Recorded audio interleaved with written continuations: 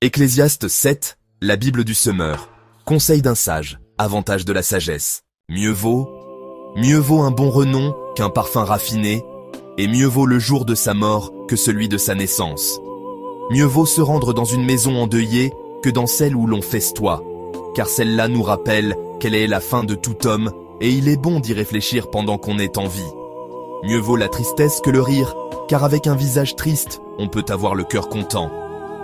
L'attention du sage se porte vers la maison endeuillée, celle de l'insensé vers la maison où l'on se livre à la joie. Mieux vaut écouter les reproches d'un homme sage que la chanson des insensés, car les rires de l'insensé sont comme le crépitement des épines sous une marmite. Cela aussi est vain. L'oppression peut rendre le sage insensé, et les cadeaux lui corrompre le cœur. Mieux vaut l'aboutissement d'une affaire que son début. Mieux vaut un esprit patient qu'un esprit orgueilleux. Ne t'irrite pas trop vite, car c'est dans le cœur des insensés que la colère élit domicile. Garde-toi de dire « Comment se fait-il qu'autrefois, les choses allaient du mieux qu'aujourd'hui ?» Car ce n'est pas la sagesse qui te dicte une telle question. La sagesse est bonne avec un héritage. Elle est avantageuse pour ceux qui vouent dans le soleil. Car la protection qu'offre la sagesse est comme celle que procure l'argent. Et la sagesse présente un avantage. Elle préserve la vie de ceux qui la possèdent. Considère l'œuvre de Dieu. Qui donc pourra redresser ce qu'il a tordu ? Au jour du bonheur, jouis du bonheur, et au jour du malheur, réfléchis, car Dieu a fait l'un et l'autre, de sorte que l'homme ne puisse rien deviner de son avenir. Abandonner ses rêves d'idéal et de perfection. J'ai vu tout cela au cours de mon existence dérisoire. Ici, un juste se perd à cause de sa droiture. Là, un méchant prolonge ses jours par sa perversité. Ne sois pas juste à l'excès et ne sois pas sage outre mesure. Pourquoi te détruirais-tu ? Ne sois pas non plus méchant outre mesure et ne sois pas insensé.